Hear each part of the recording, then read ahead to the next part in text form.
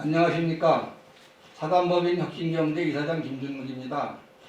먼저 코로나 상황이 장기화되면서 심각한 고통과 어려움에 처하신 모든 분들께 깊은 위로의 말씀을 드립니다. 또한 이거를 지금 시청하고 계신 많은 분들께도 죄송한 마음입니다. 오늘은 미국의 트럼프 대통령에서 바이든으로 바뀐 것이 무엇을 의미하는지 살펴보고 우리는 무엇을 고민하고 실천해야 하는지에 대해 같이 토론한 자리를 마련했습니다. 오늘 마침 미국의 블링컨 국무장관과 오스틴 국방장관이 일본을 거쳐 한국에 왔습니다. 미국 국무장관과 국방장관이 동시에 한국에 온 것은 16년 만이라고 합니다. 앞으로 한미관계, 한일관계, 미국과 중국관계, 미국과 북한관계에서 커다란 윤곽이 드러날 것으로 보입니다. 이런 상황에 딱 맞춰 정책 토론을 열게 되어 더욱 의미가 크다고 생각합니다. 바이든 행정부의 외교 경제 전략과 한국의 대응이라는 제하에 주제를 다룹니다만 아직도 상황이 여의치 못하여 최소한의 인원만 참석하고 부득이 온라인 세미나를 개최하게 되었습니다. 바쁘신 와중에도 오늘 제1섹션 발표를 맡아주신 최원기 국립외교원 교수님과 토론을 맡아주신 박홍서 한국외국어대 교수님, 김현욱 외교연구원 국립외교원 미주연구부장님께 감사드립니다. 그리고 제2섹션 발표를 맡아주신 송영관 KDI 선임연구위원님과 토론을 맡아주신 전병서 중국경제금융연구소장님, 신민영 SMB 투자파트너스 부대표님께 다시 한번 깊은 감사의 말씀을 드립니다. 오늘 이 토론회를 총괄하고 기획하시고 준비해 주신 송정진 박사님과 이 행사를 공동으로 개최해 주신 성동경제연구소장 이장우 교수님께도 깊은 감사의 말씀을 드립니다. 미국의 바이든 행정부는 트럼프 정부와 전략적으로 정책적으로 무엇이 다르고 무엇이 유사한지, 다자주의는 과연 부활할 것인지, 중국 관계를 어떻게 끌고 갈 것인지, 미국의 경제정책 기조의 변화에 따른 한국의 대응 전략은 어떻게 변화해야 하는지에 대해 질문을 대하고 고견을 듣고 실사구시적인 방책을 찾는 의미 있는 자리가 되길 바라면서 개사에 대신하고자 합니다. 감사합니다.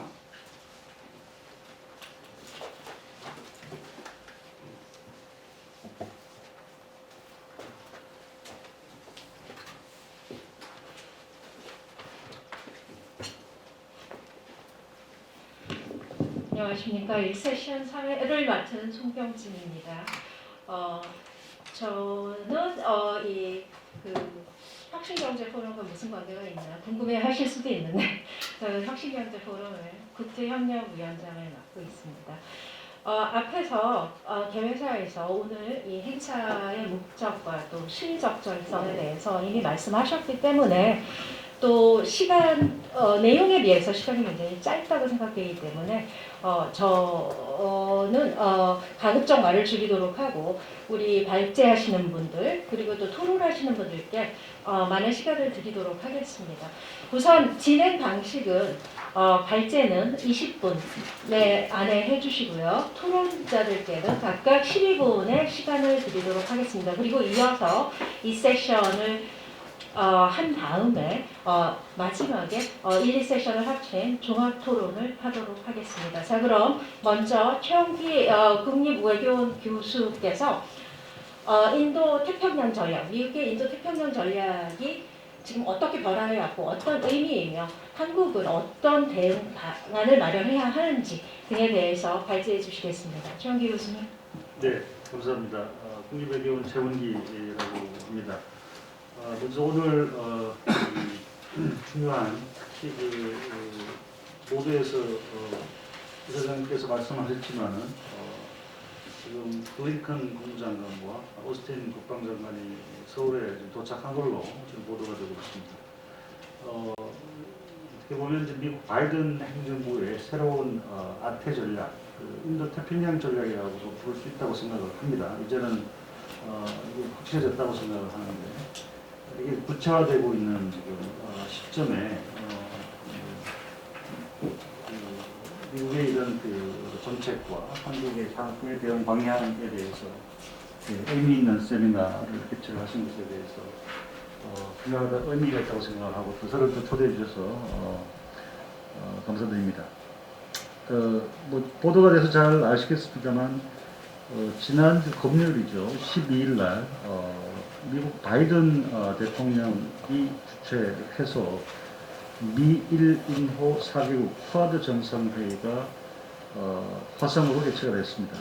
굉장히 그 예상하지 못한 굉장히 빠른 시일 내에 바이든 행정부가 이 쿼드 정상회의를 개최를 한 것입니다. 아시다시피 지금 바이든 행정부가 출범한 지 50여일 밖에 되지 않았습니다.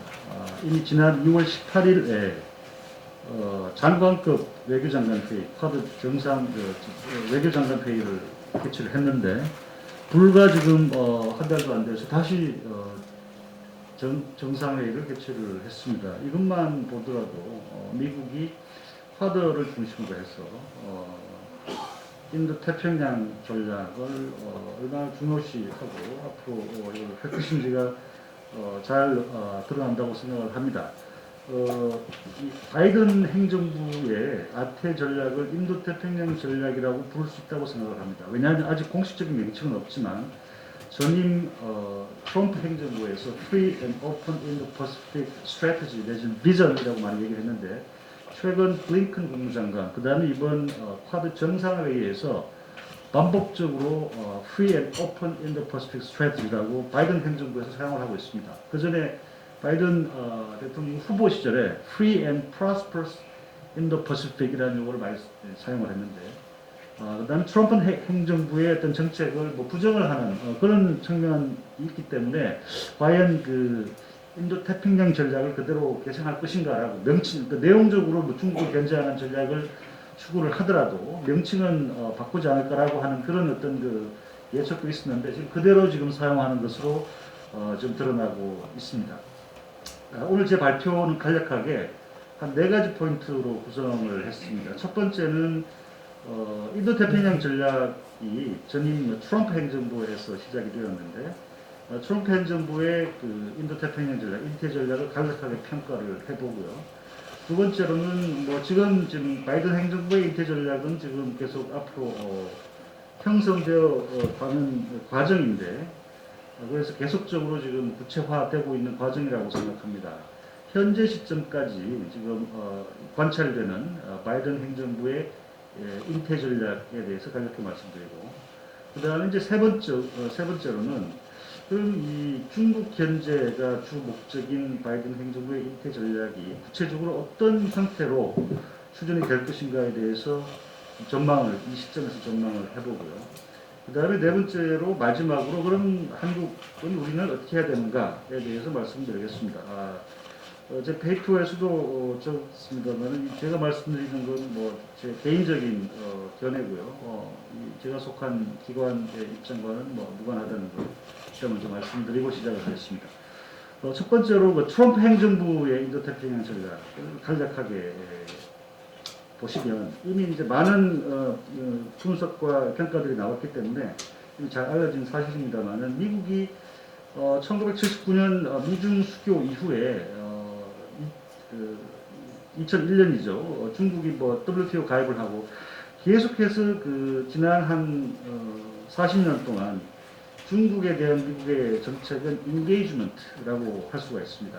그러니까 이 중국을 국제 경제 시스템으로 편입을 시켜서 경제적 협력을 하고 시장 경제로 편입을 해서 하게 되면 경제적 자유화, 그 다음에 궁극적으로는 정치적 자유화를 통해서 중국이 기존의 리버럴 인터내셔널 오더의 이해관계를 가지고 수렴이 되지 않겠나라고 하는 이제 기대가 있었다는 거죠. 그래서 한때 보면 아주 최근이죠. 이 부시 정부, 아들 부시 때 보면 그때 중국을 responsible stakeholder, 국제경제 시스템의 responsible stakeholder가 되어야 된다라고 얘기하기도 했습니다. 뭐 그런 기대가 있었는데 이게 그런 그 기조하에서 대중정책을 쭉 펴왔고 지금 그 인적 구성에 있어서는 뭐 오바마 2기라고 할 수 있는 바이든 행정부의 인사들이 대부분 이 오바마 행정부 시기에 그러한 관점에서 중국에 대한 대외 정책을 폈습니다.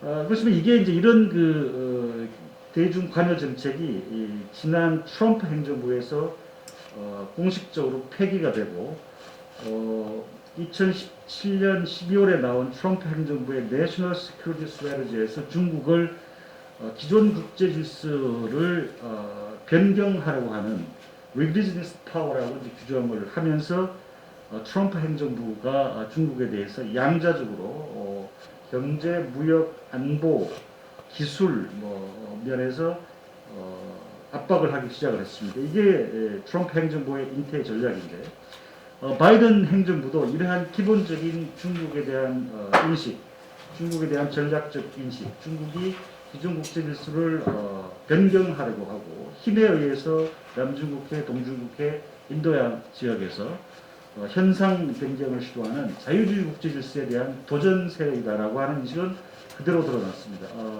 지금 2주밖에 안 됐는데 트럼프 바이든 행정부의 잠정 국가안보 전략 지침에 보면 그렇게 되어 있습니다. 그래서 트럼프 행정부의 대중 전략 인식을 그대로 유지를 하고 있고 다만 이 중국 견제를 주 목적으로 하는 일태 전략을 그럼 트럼프 행정부는 양자적으로 중국에 대한 견제를 하는 방식으로 수행을 했는데 지금 얘기 나오는 걸로서는 바이든 행정부는 동맹을 중시하고 다자주의에 기초해서 규범을 통해서 하겠다. 뭐 이제 이런 얘기를 하고 있습니다. 우선 그러면 트럼프 행정부가 지난 4년 동안 중국을 타겟으로 해서 인태 전략을 했는데 과연 효과가 있었냐? 그다지 효과적이지 못하다는 게 일반적인 평가입니다. 중국의 특히 남중국해에서의 어떤 군사화, 그 다음에 1대1로를 통해서 동남아, 서남아 지역에서의 경제적, 외교적, 군사적 세력 확장, 특히 인도양 남아시아 지역에 대한 중국의 군사적 진출, 뭐 이런 것들이 지난 4년 동안 중국의 시진핑 2기 체제에서 야금야금 진행되어 왔는데 트럼프 행정부가 대중경제에 대해서 레토리컬리 굉장히 강조를 했지만 실질적으로 이런 중국의 군사, 안보, 외교, 경제적 세력 확장을 차단했느냐는 그렇게 물었을 때는 실질적으로 차단하지 못했다라고 하는 거죠. 특히 이 인도 태평양 지역 내 영내 국가라고 할 수 있는 아세안의 반응을 보면 트럼프 행정부 시기에 아세안 국가들에 대해서 중국과 미국 사이에 양자 태기를 요구하는 이런 외교적인 언사를 많이 했습니다. 근데 아시다시피 아세안은 명확하게 어떤 미중 사이에서 태도를 결정을 하는 것이 아니고 항상 이 브로드하게 미국도 인게이지를 하고 미국이 이 태평양, 서태평양 지역에 이 주도를 함으로써 군사안보적인 안정을 유지하고 그 다음에 경제적으로 중국과 인게이지를 해서 중국의 어떤 경제적 혜택을 보는 이런 전략을 취해왔는데 선택을 하라고 하니까 상당히 아세안은 반응이 안 좋았고요. 그리고 아세안이 가장 중시하는 동아시아 정상회의가 매년 11월 아세안 연례에서 개최가 되는데 트럼프 대통령은 한 번도 EAS에 참여한 적이 없습니다. 심지어는 자신의 정상급 회의에 16개국이 참여하는 18개국이죠 지금 18개국 아세안 10개국하고 한중일을 비롯해서 러시아, 미국, 인도, 호주, 뉴질랜드까지 참여를 하는데 여기에 이 당시에 오브라이언 국가안보보좌관을 대신 참여시키는 이렇게 했기 때문에 굉장히 아세안 같은 경우는 트럼프 행정부의 인태 전략에 대한 크레디빌리티가 낮습니다. 그 다음에 경제적으로도 트럼프 행정부는 인도 태평양 전략을 얘기하면서 안보, 거버넌스, 경제 세 가지를 3필러를 통해서 인게이지하겠다.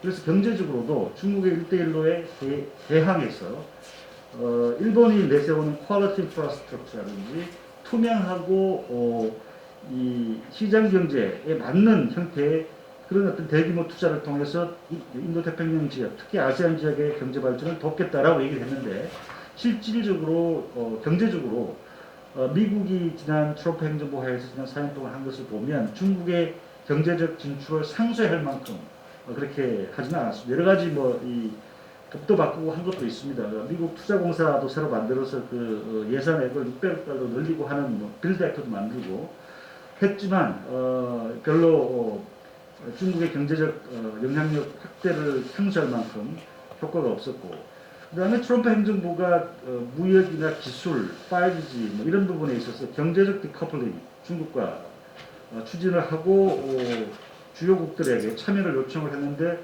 결과가 지지부진합니다. 아시다시피 경제번영 네트워크, EPN이라든지 클린 네트워크, 그 다음 블루단 네트워크에 이 서방 국가들의 동참을 요청을 했는데 중국을 배제하기 위해서 이런 전략적인 분야에 있어서 디커플링이 효과적으로 진행되지 못했다.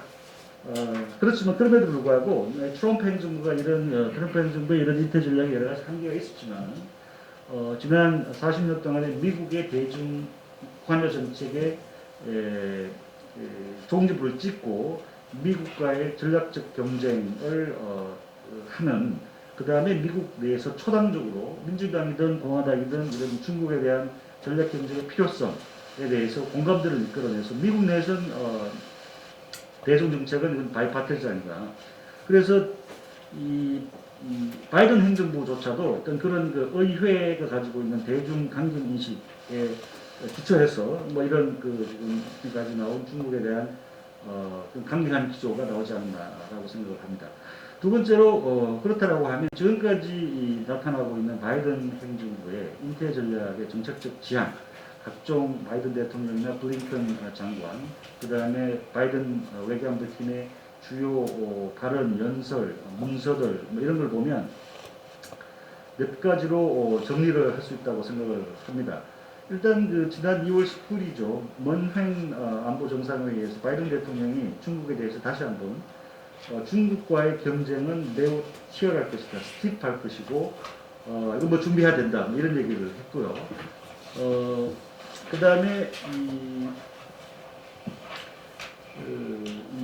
국가안보 전략 잠정 지침 나오는 날 블링컨 장관이 국무장관으로서는 처음으로 정책 연설 A Foreign Policy for American People을 했는데 여기서 보도가 많이 됐습니다만 중국과의 관계가 21세기의 가장 중요한 지정학적 테스트다라고 얘기를 하고 힘의 우위의 관점에서 중국을 다뤄나가겠다 이런 얘기를 합니다. 지금 바이든 행정부의 여러 가지 인사들의 외교안보팀의 발언을 보면 힘의 우위의 관점에서 position of strength 관점에서 중국을 다루겠다 이런 얘기를 많이 하는데 이게 이제 동맹과 우호 국가들, 파트너 국가들과의 긴밀한 협력을 기반으로 해서 중국을 대하겠다 이런 얘기라고 볼 수 있습니다.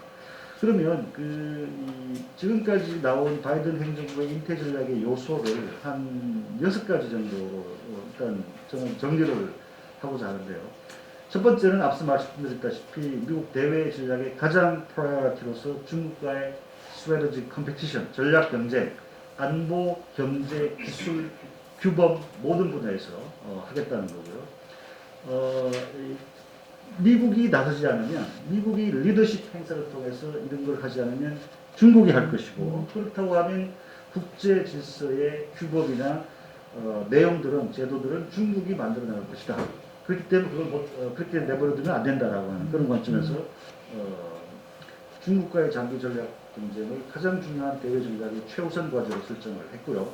두 번째로 이 나토, 호주, 일본, 한국과 같은 동맹이 이런 중국과의 전략 경쟁에서 가장 중요한 전략적 자산이다라고 하는 거. 그 다음에 이런 동맹과 파트너 국가들과의 협력을 통해서 힘의 우위의 관점에서 중국을 다뤄나가겠다라고 하는 거고요. 세 번째로는 미국의 지도력을 회복을 하고 다자주의적 협력을 통해서 중국뿐만 아니라 국제사회가 공동으로 지금 직면하고 있는 도전에 대응하겠다. 그 다음에 네 번째가 무역과 대외경제정책인데 이 바이든 대통령 후보 시절부터 중산층을 위한 대외정책, 경제정책 강조를 하고 있는데 여기도 지금 이런 얘기를 많이 합니다. 그래서 이제 우리의 관심이 이 바이든 행정부가 CPTPP의 뭐 뒤에 두 번째 세션에서 또 얘기를 하겠습니다만은 재개합을 할 것인가, 새로운 무역 협정을 추구할 것인가, 뭐 이런 얘기인데 일단 지금까지 지금 나오는 얘기들은 뭐냐면 향후 바이든 행정부는 무역 및 대외 정책을 추진할 때 핵심적인 기준이 미국의 중산층에 도움이 되는가, 일자리 창출과 투자 확대에 도움이 되는가를 기준으로 따지겠다. 그리고 노동 환경 단체들을 항상 무역 협상에 참여시켜서 체크를 하겠다. 이런 얘기를 하고 있습니다. 그 다음에 그 기술, 첨단 기술, 첨단 핵심 부품 공급망의 안정적인 확보, 그 다음에 첨단 기술 분야의 인프라 구축을 통해서 미국의 기술 주도권을 확보하겠다. 뭐 이런 얘기를 하고 있고요. 그 다음에 민주주의를 정진하고 인권을 정진하는 그런 외교를 하겠다. 특히 중국의 신장, 티벳, 홍콩, 대만 얘기를 하고 있습니다. 그렇지만은 이런 가치 외교를 추진하는 데 있어서 군사적 수단은 마지막에 쓰고 외교적 수단, 즉 외교와 개발 협력, 그 다음에 경제를 통해서 대외 정책을 추진하겠다. 그 다음에 중국과 경쟁은 하겠지만 국가 이익에 도움이 되는 거, 그 다음에 국제사회에 도움이 되는 기후변화라든지 뭐 코로나 대응, 보건안보, 경제, 세계 경제 한국과 같은 분야에서는 협력을 추진하겠다. 뭐 이런 얘기를 하고 있습니다. 일단 이게 실제로 이렇게 이런 내용대로 추진을 할 수 있을지, 미국 바이든 행정부가 그런 능력이 있을지는 그건 2차적인 문제지만 지금까지 얘기하는 거는 이렇습니다. 일단 인텐션은 지금 이렇게 하는 거고요. 그 다음에 그러면 세 번째로 이런 정책들, 정책 목표들을 어떻게 추진할 것인가, 어떤 방향으로 할 거냐. 트럼프 행정부 같은 경우는 양자적으로 무역 보복을 가한다든지 양자 협상을 통해서 중국을 변화시키려고 이제 했지만 트럼프 행정부는 그게 아니고 동맹 다자주의 뭐 이런 걸 이제 얘기를 하는데 주목할 부분은 뭐냐면 이 백악관 내 그 NSC의 커트 캠벨을 인도 퍼시픽 코디네이터로 임명을 하고 지금 보도된 바에 의하면 그 NSC 내 인도 퍼시픽 디렉터리지 제일 크답니다. 지금 한 23명 정도의 NSC 직원들이 지금 하고 있고요. 뭐 경제부터 해가지고 네, 안보까지 뭐 다 포괄해서 하겠다는 건데 내용은 뭐냐면 이 포괄적인 중국을 견제하기 위한 그랜드 콜리션을 만드는 게 아니라 이슈 에리아별로 무역, 기술,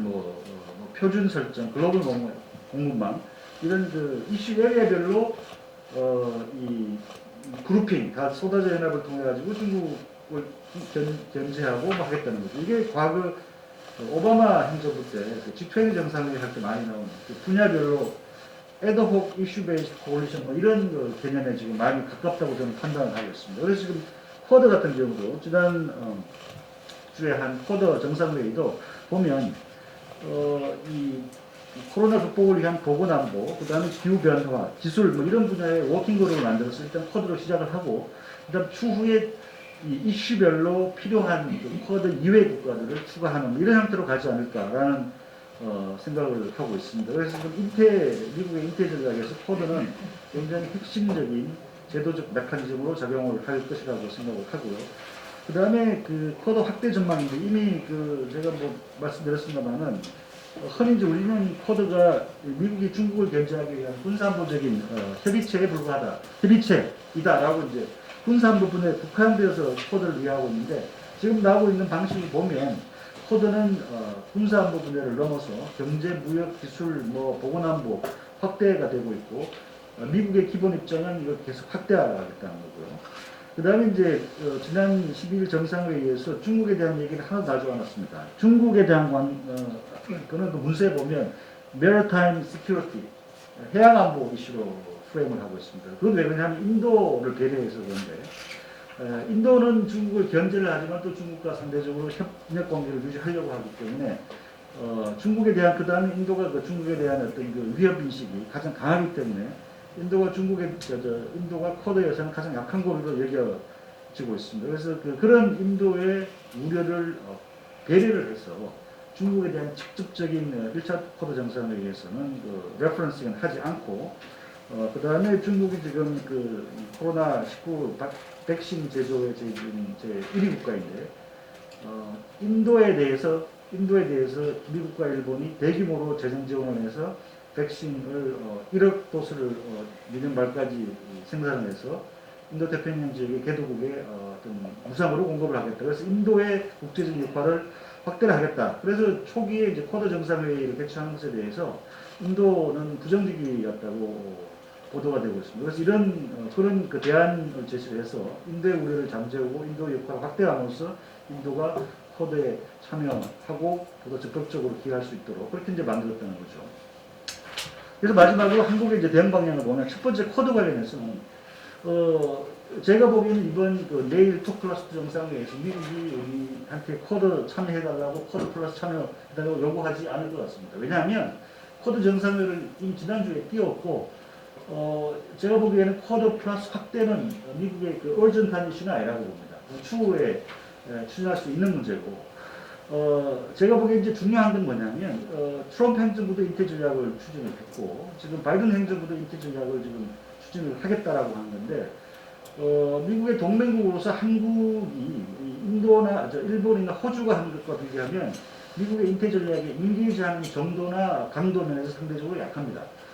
기존에 우리는 균형 외교의 관점에서 한미동맹을 중시하면서 중국과의 전략적 협력 관계를 확대하겠다고 하는 그런 기조하에서 인태 전략에 대해서 대화해 왔는데 지금까지 주로 굉장히 소극적으로 대응해왔다고 할 수가 있습니다. 특히 물론 기존의 관점에서 보면 우리는 기존의 인태 전략과 우리가 추진하는 신남방 정책 간의 연계 협력을 강화한다는 관점에서 대응을 해왔는데 상대적으로 미국의 익스펙테이션하고는 조금 괴리가 있는 그런 거라고 생각합니다. 그래서 바이든 행정부 또한 인태 전략을 적극적으로 추진한다고 하면 거기에 좀 더 적극적으로 대응을 할 필요가 있지 않느냐라고 하는 게 제 첫 번째 포인트고요. 두 번째는 이제 이 바이든 행정부가 국제 규범 인권 문제에 대해서 적극적으로 지금 나가겠다고 얘기를 하고 있는데 특히 이 미중 관계에서 인권 관련한 이슈가 앞으로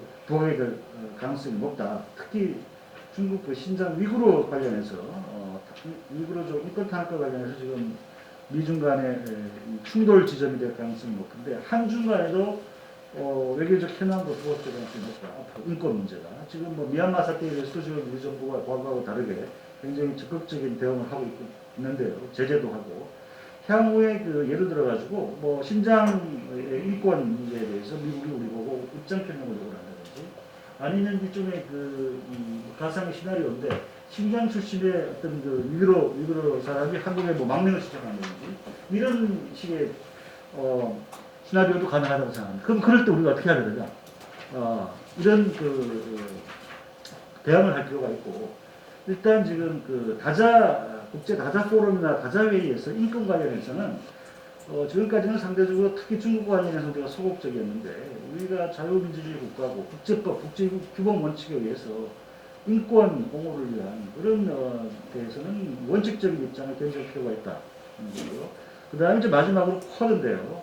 당장은 뭐 미국이 한국에 대해서 쿼드 플러스에 가입을 해라 라고 뭐 요구를 한다든지 압박을 하지는 않을 거라고 생각합니다. 그렇지만은 지금 지난주 정상회의, 쿼드 정상회의에서 드러난 걸 보면 앞으로 쿼드는 확대 발전될 가능성이 있고 자꾸 우리는 그 쿼드를 대중군사 견제 수단으로 좁혀서 생각을 하는데 지금 쿼드는 군사안보를 물론 포함하지만 넘어서 코로나, 보건안보, 기후변화, 기술, 무역 다양한 분야로 좀 확대될 가능성이 있습니다. 그렇기 때문에 그렇다고 하면 상대적으로 우리가 참여를 해서 이게 외교적인 협력 공간을 확보할 수 있는 여지가 엄청 앞으로 많다. 이게 또 특히 우리 정부가 지금까지 추진하고 있는 소다자 협력을 확대하겠다라고 하는 이런 외교 기조로 일치하고 있습니다. 그래서 그런 부분에 있어서는 좀 더 미중 양자 간의 태길이라고 하는 협소한 프레임을 넘어서 스스로 우리가 좁힐 필요는 없고 우리 외교적 협력 공간을 확보하고 넓힌다는 상황에서 충분히 저는 참여할 수 있다고 생각을 합니다. 네, 이상으로 발표 마치겠습니다. 네, 여러 가지 중요한 포인트를 발제해 주셨는데 토론할 여지가 많은 내용들이 많습니다. 특히 이제 저는 개인적으로 우리가 단순히 어떤 입장을 정할 것인가를 떠나서 기본적으로 우리도 지금 이 틀이 인도태평양 전략이라는 틀 안에서 다 논의가 되고 있기 때문에 인도태평양 전략 자체를 우리 스스로의 전략을 만들어야 된다고 생각합니다. 아시다시피 영국, 프랑스, 독일 등도 또 심지어는 아세안도 인도퍼시픽 전략이라고 붙인 나라도 있고 전략이 너무 세서 비전이라고 붙인 나라도 있고 뭐 가이드라인이라고 붙인 나라도 있고 여러 그 형태로 나와 있는데 다들 다 자기 자국의 입장들을 개진을 하고 있습니다. 그걸 보면 미국과 중국 사이에서 어느 정도 인게이지 하겠다라는 가늠을 해볼 수 있는데요. 자, 그거는 토론 시간에 더 하도록 하고요.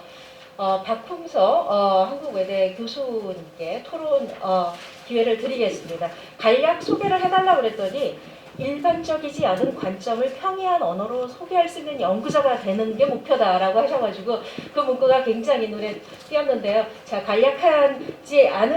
일반적이지 않은 관점을 평이한 언어로 좀 소개해 주시기 바랍니다. 네, 안녕하세요. 박홍서입니다. 이렇게 좋은 자리 불러주셔서 감사드리고 제가 평이한 언어로 좀 다른 관점을 항상 얘기를 하면 많이 비판을 받고 공격을 받습니다. 제가 원래 좀 비주류의 삶을 살았어요. 근데 오늘 말씀 너무 잘 들었고요. 특히 쿼드 문제에 관련돼서 일반적인 부분에서는 참여를 하되 어떤 정말 노골적인 어떤 대중 견제 뭐 이런 데에서는 좀 신중하게 접근해야 된다 이런 말씀은 제가 참 깊이 새기고 있습니다. 그래서 제가 특별히 어떤 질문을 드리는 것보다는 전체적으로 말씀하신 것에 전체적으로 동의를 하고요. 제가 미중 관계를 바라보는 저의 관점들에 대해서 간략하게 말씀을 드리겠습니다. 먼저 이제 strategic competition이라는 말을 많이 쓰죠. 바이든도 얼마 전에 이렇게 얘기를 하고요. 근데 저는 여기에 좀 문제를 좀 제기하고 싶고요. 스트래티직이 과연 무슨 의미인가? 이게 어떤 미중 관계가 전략 경쟁 혹은 패권 경쟁 이렇게 부르는 분들도 계시는데 과연 어떤 경쟁인가에 대해서 우리가 좀 고민을 해봐야 되지 않겠는가 이런 생각이 들고요. 스트래티직이라는 것은 여러 가지 의미가 있을 겁니다. 다의성이 있는데 중요하다 그런 뜻도 있겠고 또 여러 의미 중에 한 목적적 어떤 목적이 있고 그것을 이루기 위해서 상당히 전략적으로 움직이는 이런 뜻도 있는 것입니다. 그래서 일종의 게임 이론 같은 경우 그런 걸 보면 스트래티지가 항상 있는 거죠. 자, 미중 관계는 저는 어떤 사활적인 그래서 너 죽고 나 살자 이판 사판 그런 경쟁이라고 저는 보지 않고요. 상당히 한 목적성을 갖고 있는 각각의 이익을 확보하려고 하는 그러한 경쟁의 모습을 보이고 있다 이렇게 생각합니다. 그러나 이제 미중 관계를 다루는 어떤 주류의 관점, 주류의 담론들은 중국이 GDP가 상당히 성장하고 그래서 세력 전이가 곧 일어날 것이고 그래서 미국은 당연히 밸런스 오브 파워 세력 균형 전략을 펴야 되고 여기서 충돌 가능성이 있지 않을까 이런 얘기들을 많이 하십니다. 대표적으로 투키패스 감정이라든지 근데 저는 이러한 것에 대해서 약간 좀 문제를 제기하고 싶어요. 과연 미중 간의 어떤 군사 충돌이라든지 사활적인 대결이 과연 가능하겠는가? 군사 문제 같은 경우도 더 이상 전쟁의 의미가 없다고 저는 생각을 합니다. 승자와 패자가 무의미하고 부분이 그렇기 때문에 그럴수록 더더욱 어떤 지정학의 문제가 아니라 지경학의 문제에 미국이나 중국이 초점을 맞추고 있다라고 보고 있고 자 핵심은 이제 미국의 대중국 정책인데 인도태평양 전략, 남중국해, 타이완, 요즘에 인권 이런 거 많이 걸리고 있죠. 그러나 그런 군사적 대립이 실제 어떤 전쟁으로 갈 수가 있겠는가? 저는 상당히 부정적으로 가능성은 희박하다고 생각을 하고요. 자, 그럼 뭐가 미중 경쟁의 핵심은 무엇인가? 저는 자본주의 국제질서가 대전제라고 생각합니다. IR 하시는 분들은 그 경제적인 문제, 자본주의 국제 질서 이런 문제에 대해서는 그 말씀을 안 하시는 것 같은데 사실 무정부 상태에서 미국하고 중국이 경쟁을 하는 것이 아니라 저는 제가 보기에 자본주의 국제 질서의 안정성 이 대전제 속에서 경쟁을 하고 대립을 하는 것이다. 그러니까 미중 간의 경쟁과 갈등이라는 것은 자본주의 국제 질서 안정을 대전제로 한다. 왜? 지금 자본주의 국제 질서는 미국이 만들었고요, 처음에. 그리고 중국은 개혁개방기의 가장 큰 수혜자다. 그렇기 때문에 미국이나 중국이나 이 안정에 대해서 확고한 공감대를 갖고 있다고 믿고요. 그 다자주의나 자유무역, 이건 바이든 계속 주장하죠. 근데 시진핑이 오히려 트럼프 시대 때는 이 다자무역과 다자주의와 자유무역을 시진핑이 훨씬 더 강력하게 주장을 했습니다. 마치 그 자유의 여신상의 오성홍기를 들고 있는 그런 장면도 좀 떠오르는데, 자 저는 미중 관계는 이제 그런 전체적인 틀로 보고 있고요. 그래서 저는 일종의 카르텔이라는 개념을 써서 미중 관계를 이제 표현을 하는데, 말씀드렸듯이 전체적으로 군사 충돌, 전쟁, 과거처럼. 근데 사실 뭐 과거의 미소 관계도 아주 지금 미중 관계하고는 비교도 할 수 없을 정도로 아주 노골적인 적대 관계였습니다. 아주 뭐 전쟁을 이겨갔고, 그러나 미소 관계도 미국하고 소련도 상호 군사 충돌은 아주 극도로 회피를 했죠. 너무나 많은 사례들이 있고요. 근데 지금 미중 관계는 그 미소 관계 플러스 자본주의 국제 질서라는 접착제가 더 있는 것입니다. 그렇기 때문에 저는 이 지정학이라는 문제보다는 지경학이라는 차원에서 미중 관계를 좀 살펴봐야 된다. 군사력을 왜 이렇게 중국이나 미국이나 군사력을 이렇게 강화하느냐? 저는 이것은 전쟁 목적이라기보다는 이 크레디빌리티. 남중국해에서 미국이 자유항행을 계속 외치는데 중국도 뭐 항공모함을 계속 만들고, 결국 나의 크레디빌리티를 보여주기 위해서는 내가 힘이 세다는 것을 끊임없이 과시를 해야 됩니다. 그래서 뭐 동서고금 모든 권력의 기본적인 특징이라고 보고요. 특히 미국 같은 경우는 이 달러 패권이 핵심인데 이것을 지키기 위해서라도 자신의 신용도를 계속 이제 과시를 해요. 중국한테 뭐 하나라도 양보를 하게 되면, 그래서 뭐 아세안 국가들이 등을 돌리겠죠. 한국이나 일본조차도 등을 돌릴 것이고, 궁극적으로 달러에 투자를 하지 않을 것이고.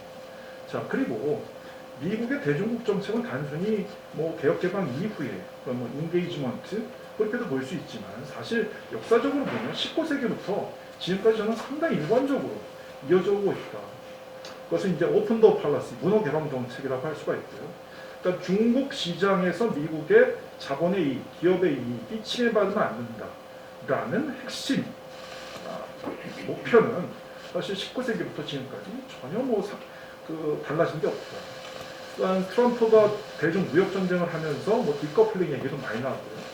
중국하고의 모든 관계를 끊을 수 있다고까지 막 얘기했는데, 미중 무역 전쟁의 핵심은 미중 디커플링이 아니죠. 그 목적은 오히려 트럼프의 핵심은 중국 시장에서 미국 기업의 이익을 해치지 마라. 전통적인 문호개방 정책과 저는 다르지 않다고 생각을 합니다.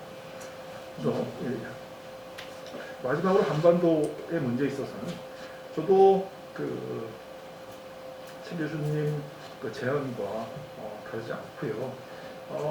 미중 관계가 일종의 갈등적이지만 상호 협력 관계다라고 하면 한국이 자발적으로 핵심은 누구한테 줄 설까? 거기서 방황을 하는 이러한 태도는 현명하지 못하다, 그렇게 보고요. 그래서 미중 관계를 좀 적확히 복해할 그런 좀 필요성이 있겠다. 그리고 지경하게 좀 초점을 맞춰야 되지 않겠는가라는 말씀을 드리면서 마치겠습니다. 감사합니다. 네, 감사합니다. 지경학 강조해 주셔서 감사하고요. 제가 매우 존경하는 리관유 전 총리께서 돌아가시기 전에 2013년에 어느 스피치에서 그런 말씀을 하셨어요. 지금 과거에는 밀리터리 파워가 가장 중요했지만 지금은 밀리터리 파워 플러스 이코노믹 파워다. 근데 지금은 이코노믹 웨이시 훨씬 더 중요하다. 그 일맥상통하는 얘기를 이미 오래전에 해주셨고요. 시대는 그런 식으로 흘러가는 것 같습니다. 자, 김현옥 박사님께서 토론해 주시겠습니다. 몇 분 정도? 10분. 10분이요? 네. 감사합니다. 좋은 자리에 불러주셔서 감사드리고요. 송경진 박사님께도 감사드립니다.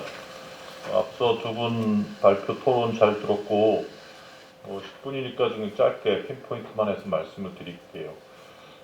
저는 여기 보시면 알겠지만 그 미중 관계를 한 4가지 유형화 해놨습니다. 79년부터 그리고 냉전 끝나고 탈냉전 시기 오바마 때까지 미국 주도의 리버럴 인터내셔널 오더가 주도했던 체제내 경쟁, 이제 미국 중심의 체제 내에서 미국이 중국을 인기이제하고 또 배싱하고 그러한 미중 간의 경쟁이 계속 흘러왔었고 그게 이제 오바마 때까지 왔다고 보여집니다. 이런 체제 내 경쟁의 특징은 결국 클린턴 때부터 WTO 99년도 가입 그리고 그 이후까지 해서 미중 간의 경제적 상호 의존성이 있었기 때문에 아마 형성된 것 같다 이렇게 보여지고요. 그 다음에 트럼프 대통령 와서 초기에는 이익 갈등이었어요. 트럼프 대통령 아까 그 박홍서 박사님도 말씀을 하셨듯이 왜 미국의 무역 적자가 이렇게 나지? 그러면서 이제 무역으로 계속 때리고 테리프로 계속 때리면서 경제적인 이익을 좀 더 확대하기 위해서 이익 갈등 구도로 나가다가 코로나가 뻥 터지면서 이제 체제 갈등이 돼버린 거예요. 체제 경쟁, 이념 경쟁, 신냉전 얘기가 나오고 브로드 디커플링, 라이트하우저가 얘기하고 하면서 막스 레니니스트 체제다. 그런 얘기를 하면서 이제 미국과 중국 간에 점점 디커플링을 시도를 하기 시작을 했던 거죠. 근데 이제 지금 쭉 보면 체제 내 경쟁, 이익 갈등은 아니겠죠. 체제 내 경쟁의 목적은 미국 중심의 리버럴 인터내셔널 오더 안에 중국을 집어넣어서 중국의 시스템, 경제 시스템, 정치 시스템 다 바꾸겠다는 거고 체제 경쟁도 마찬가지예요. 공산당 때려잡겠다는 거고. 근데 전략 경쟁으로 지금 들어오고 있어요, 바이든에. 근데 전략 경쟁 개념을 아직 아까 그 박 박사님께서 잘 설명을 해주셨는데 실제 전략 경쟁이라는 것은 미국이 중국에 대해서 전략적 우위를 계속 점해 나가겠다는 게 핵심입니다. 이거는 이제 냉전 시대 때 미소 경쟁도 해당이 되는데 당시 미소 때의 경쟁의 핵심은 서로 간의 핵 전략의 우위를 계속 점하기 위해서 경쟁을 했었던. 그래서 그 핵무기와 ICBM 개발을 따라가지 못했던 소련이 붕괴되는. 결국 그런 전략적 우위를 점하게 나가겠다는 게 지금 바이든의 대중국 정책의 핵심이고 그걸 위해서 바이든이 계속 얘기를 하는 게 미국의 경쟁력을 계속 확대하겠다는 거. 어드밴스드 인더스트리라든지 중산층의 어떤 부의 확대 이런 거를 계속 확대해 나가면서 중국이 따라오지 못하게 하겠다는 게 지금 핵심인 걸로 보입니다. 바이든의 중국 정책은 많이 나왔는데 이걸 쭉 다 건너뛰고 임기 시작한 다음에 예측했던 거하고 조금 다르게 흘러가고 있어요 지금. 보면 포지션 오브 스트렝스 아까 최영기 교수님도 말씀하셨는데 임기 시작 전에 나왔던 대중국 정책은 이게 오바마 때로 다시 돌아가는 거 아니야? 아니야? 협력과 경쟁 다 같이 강조한다고 하고 협력과 경쟁은 어떻게 다 같이 하지? 물론 포린 어페어즈의 캡 캠벨, 잭 설리번 같이 썼던 피스 보면 미국이 이익 중심의 협력을 하겠다. 오바마 때는 미중 관계를 위한 협력이어서 아무 말도 못하지 않았느냐. 예를 들어 2015년도에 사이버 세프트 관해서 백악관에서 합의를 하고 1년 후에 중국이 어겼는데도 오바마는 아무것도 못했단 말이에요. 그 옆에 서 있던 게 바이든이었고. 근데 예상과 틀리게 임기가 딱 시작했는데 포지션 오브 스트렝스를 강조하고 있어요. 또 whole of government approach라고 했어요. 바이든은 쓸데없는 마찰 안 하겠다 그랬거든요. 필요한 부분만 세련되게 하겠다는데 지금 whole of 다 때리려고 그러고 있어요 지금. 점점 더 강해지고 있어요. 스티프 컴피티션이 아니라 프리베일링 하겠다 이런 얘기를 합니다. 그러니까 완전히 지금 트럼프 때로 점점 더 돌아가고 있는 상황이란 말이에요. 지금 보세요. 서플라이 체인 강화하고 있는데 이것도 트럼프가 했던 거를 점점 세심하게 하는 거지 완전히 정책의 노선을 바꾸고 있는 건 아니에요. 테리프도 안 풀어주겠다는 거예요. 중국한테 얻어내고 풀어주겠다는 거예요. 그래서 지금 히토리라든지 반도체라든지 서플라이 체인 계속해서 이제 중국 배제하고 있고 4개뿐만이 아니잖아요. 한 10개 정도의 항목에 있어서 서플라이 체인을 어떻게 구성할 건지 리뷰해라. 이그제큐티브 오더를 내려놓은 상태예요. 그래서 아마도 이 홈 거버먼트라서 계속해서 다양한 정책이 있어서 전면적으로 이제 중국을 때릴 것 같은데 그럼에도 불구하고 제가 보기에는 핵심에 있는 거는 서플라이 체인이다 이렇게 생각을 합니다. 왜냐하면 지금 강대국의 지위를 미국이 과연 유지할 수 있겠는가라는 게 지금 미국 내에 아주 큰 화두예요. 뭐 리버럴들이 주장하는 거는 솔직히 그 헤저머니 스테이트 푸드를 유지를 하려면 상당히 코스틀리하다는 거예요. 왜냐면 퍼블릭 굿즈를 계속 제공해 줘야 되니까. 그러니까 그게 제 돈이 안 되니까는 뭐 근데 코스틀리 해도 가야 된다는 게 리버럴들의 입장이에요. 왜냐면 뭐 이미 리버럴 인터내셔널 오더를 구축해 놨고 이걸 계속 유지하면서 패권을 유지를 해 나가야 된다는 게 이제 리버럴들이 주장하는 건데, 근데 이제 그 리얼리스트들이 주장하는 미어샤이머 같은 애들이 주장하는 거는 이제 트럼프하고 상당히 또 비슷한 얘기를 해요. 이제 미국 GDP가 25%밖에 안 되는데 어떻게 헤저머니 역할을 하느냐. 이제 미국만의 이익을 초점을 맞추자는 게 이제 미어샤이머 얘기고. 그래서 과연 이 헤저머니 스테이터스를 미국이 유지할 수 있느냐 없느냐, 이게 내부적으로 상당히 중요한 문제인데, 이 서플라이 체인 문제가 그 헤저머니 스테이터스하고 상당히 이게 연관이 되는 거예요. 왜냐하면 미국은 홀로 퍼블릭 굿즈를 제공을 못해요. 냉전 시대에는 미국의 그 케이퍼빌리티 하나만 가지고 돈 막 뿌리고 뭐 무기 막 대주고 무상으로 무기 막 대줬단 말이에요. 한국한테도 대주고 중국한테도 대주고, 중국하고 같이 손잡고 굳세로 소련을 이제 멸망시켜야 되니까. 근데 지금은 혼자 못해요. 동맹국들을 자꾸 강조를 하는데 아무리 동맹국들하고 같이 중국을 때리려고 그래도 동맹국들이 잘 안 따라온단 말이에요. 왜? 떡고물이 없으니까, 퍼블릭 굿즈가 없으니까. 그래서 이제 결국은 동맹국들하고 으쌰으쌰해서 같이 가자 그러는데 동맹국들은 뭐 민주주의 같이 좋은데 우리는 중국의 돈도 원한다 이거죠. 그러니까 그런 상태에서 이제 미국이 해야 될 건 두 가지가 있는데, 하나는 이제 리버럴도 얘기하는 것처럼 퍼블릭 굿즈를 제공을 하든지, 안 되면 힘을 과시를 하든지. 막말로 뭐 남중국해 인공수소 하나 군사적으로 까부수고 나 이만한 힘이 있으니까 너네 나 따라와, 이렇게 힘을 과시를 하든지. 두 번째 상당히 리스키하단 말이에요. 서플라이 체인이 중요한 게 뭐냐면, 서플라이 체인을 해서 중국을 때리고 중국이 가지고 있는 그 뭐 화웨이라든지 이런 그 시장을 장악하고 있는 것을 뺏어와서 동맹국으로 나눠줍니다. 그러니까 미국이 제공하지 않아도 미국을 생션을 하면서 퍼블릭 굿이 떨어지는 거죠. 그런 식으로 해서 지금 미국이 퍼블릭 굿을 창출하고 있기 때문에 아마 이런 차원에서 그 서플라이 체인을 계속해서 이슈별로 확대해가는 정책은 아마 바이든 정책의 앞으로의 핵심이 되지 않을까 이렇게 생각을 하고, 정책 재원으로 시간이 없어서 짧게 말씀을 드리면, 지금 한국 같은 경우 미국이 아까 이제 최영기 박사님도 말씀을 하셨는데 이번에 2+2에서 이제 쿼드 얘기는 별로 안 나올 거예요. 왜냐면 바이든 행정부 입장에서는 한국이 쿼드에 들어와 주면 좋은데 들어오라고 계속 하다가 한미 관계가 또 애매하게 되는 걸 또 원하지 않거든요. 그러니까 동맹이 훼손되는 걸 또 원하지 않기 때문에 아마 쿼드 가입 같은 경우는 이제 서서히 이제 한국을 좀 가입하라고 추진을 할 것 같고, 이미 뭐 인도의 입장을 고려를 해서 쿼드 정상회담 스테이트먼트 나온 거 봐도 중국 얘기 다 빠졌고 군사협력 다 빠졌단 말이에요.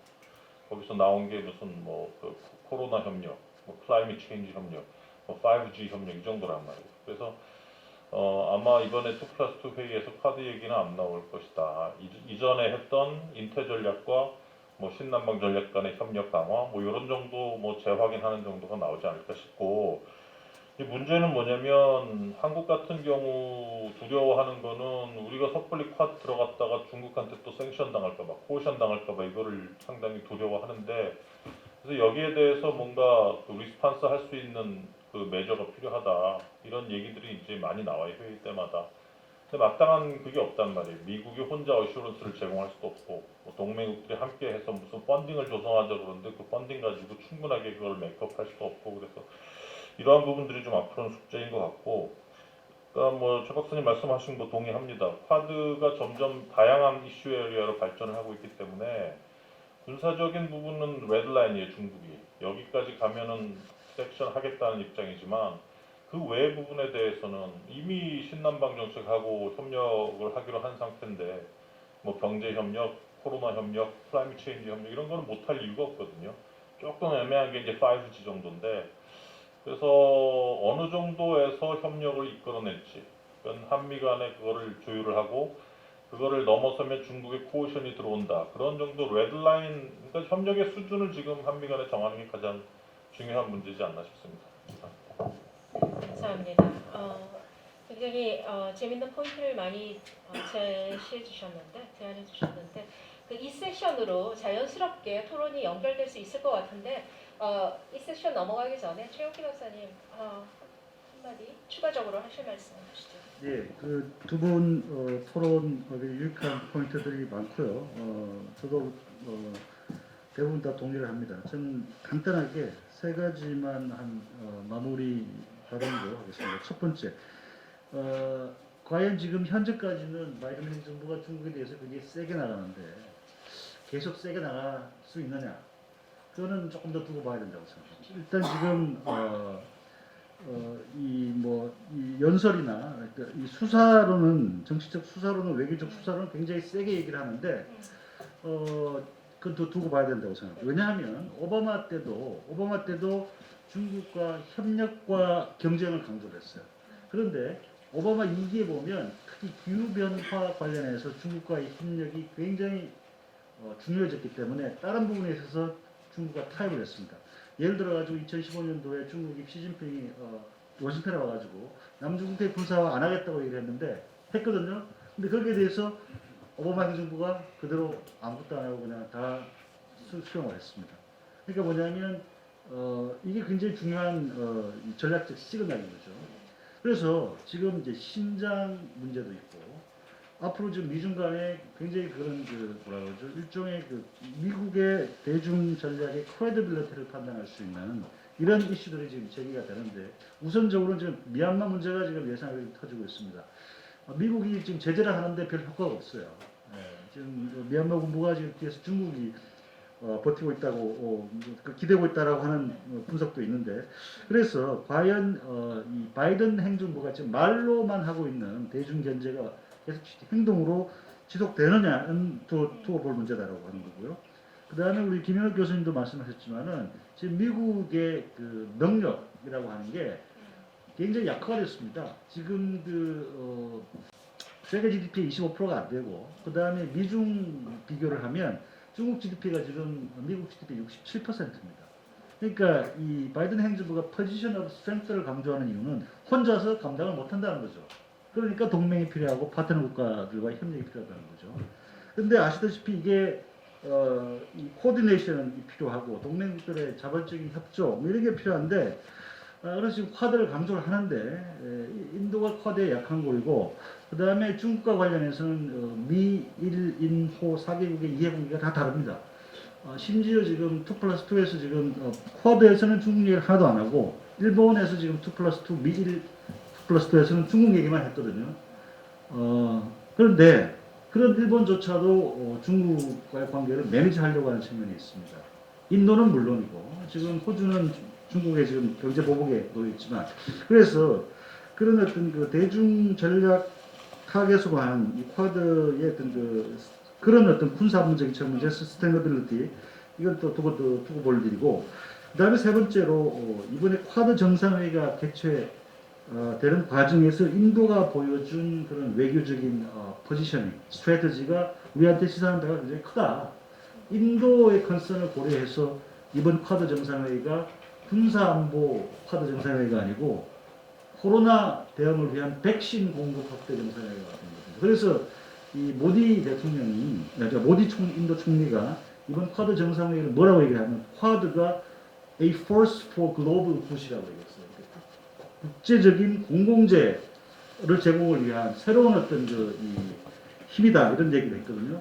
마찬가지로 이건 굉장히 우리한테 시사하는 바가 크다고 생각합니다. 그러니까 앞서도 말씀드렸다시피 쿼드를 단순히 미중 간의 양자택일의 문제로 자꾸 그 협소하게 생각을 하는데 그래서 미국이 쿼드 참여에 압력이 있을 것이다.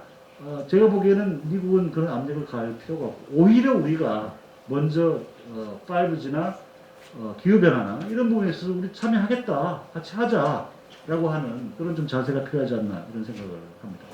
네, 그 세 가지 그 포인트에 대해서 저는 다 동의하는 편이고요, 동의하는 입장이고요. 제가 그래서 계속해서 신문 칼럼도 썼습니다만 우리도 우리 스스로의 인도 태평양 전략이 필요하다. 우리가 없는 게 항상 이 전략과 정책이거든요. 그러다 보니까 이슈만 터지면 흔들리게 돼 있어요. 우리 그 기본이 먼저 필요하다고 생각하고요. 사실 여러분들께서는 아마 이 미중 갈등, 이 전면적인 미중 갈등을 처음 직접 이렇게 겪으실 분들이 대부분이실 텐데, 사실 제가 외국에 있다가 한국에 들어가서 국가에 봉사하겠다 하고 들어온 이유는, 그때는 저는 그거를 미중 갈등 넘버 1, 페이스 1이라고 부르는데요. 그때는 조그만 스케일의 아시아 태평양 지역에서 뭐 언론 보도가 되거나 대외적으로 드러나지는 않았지만 미중 갈등이 있었습니다. 그게 이제 2001년, 2003년이 시기였는데요. 자, 결과적으로 결론이 있었느냐 그때? 지금 없었어요. 흐지부지 끝났어요.